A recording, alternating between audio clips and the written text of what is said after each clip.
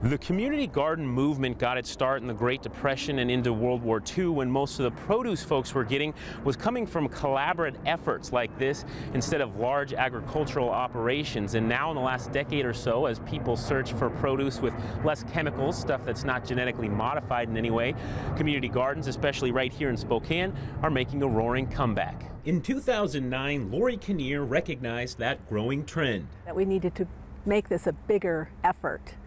And so we did. So Kinnear, with co-founder and all-around green thumb Pat Muntz, fought for 2 small parcels of city land, digging their way through the bureaucracy. And then we asked the park board, can we do this on parkland?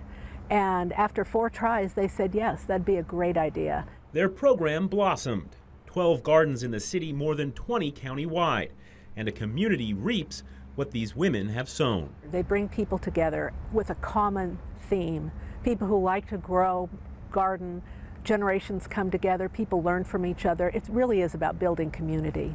And not unlike the Spokane Community Gardens program, what's sprouted up here at the Commons plot has been a pleasant surprise, albeit an early one. This season has been the wackiest one that I think I've seen in the almost 40 years that I've gardened in Spokane. Pat Muntz is the small farm and acreage coordinator for WSU Spokane County Extension, responsible for giving these gardens strong roots outside of the city. We had heat in June, which really set the gardens back in a way, because a lot of things don't produce fruit when it's too hot. And that's why tomatoes like this are ripening up right now. Even squash and some pumpkins are almost ready to go. So experts say grabbing your favorite produce early isn't a bad idea. If you were used to going to Green Bluff, or any one of the farms, at a certain time, you need to realize that that stuff is probably already ripe now.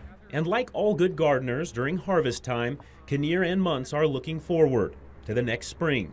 You'll see a community plot and what's called a food forest popping up in Polly Judd Park. So we're growing the program, literally. And always on the lookout for more fertile ground. If a group of, say, 3 or 5 people wanted to start a garden on other land, then they should approach the city or call me and say, here's what we'd like to do, and get it started now for next spring. On Spokane South Hill, Casey Lund, KXLY 4 News.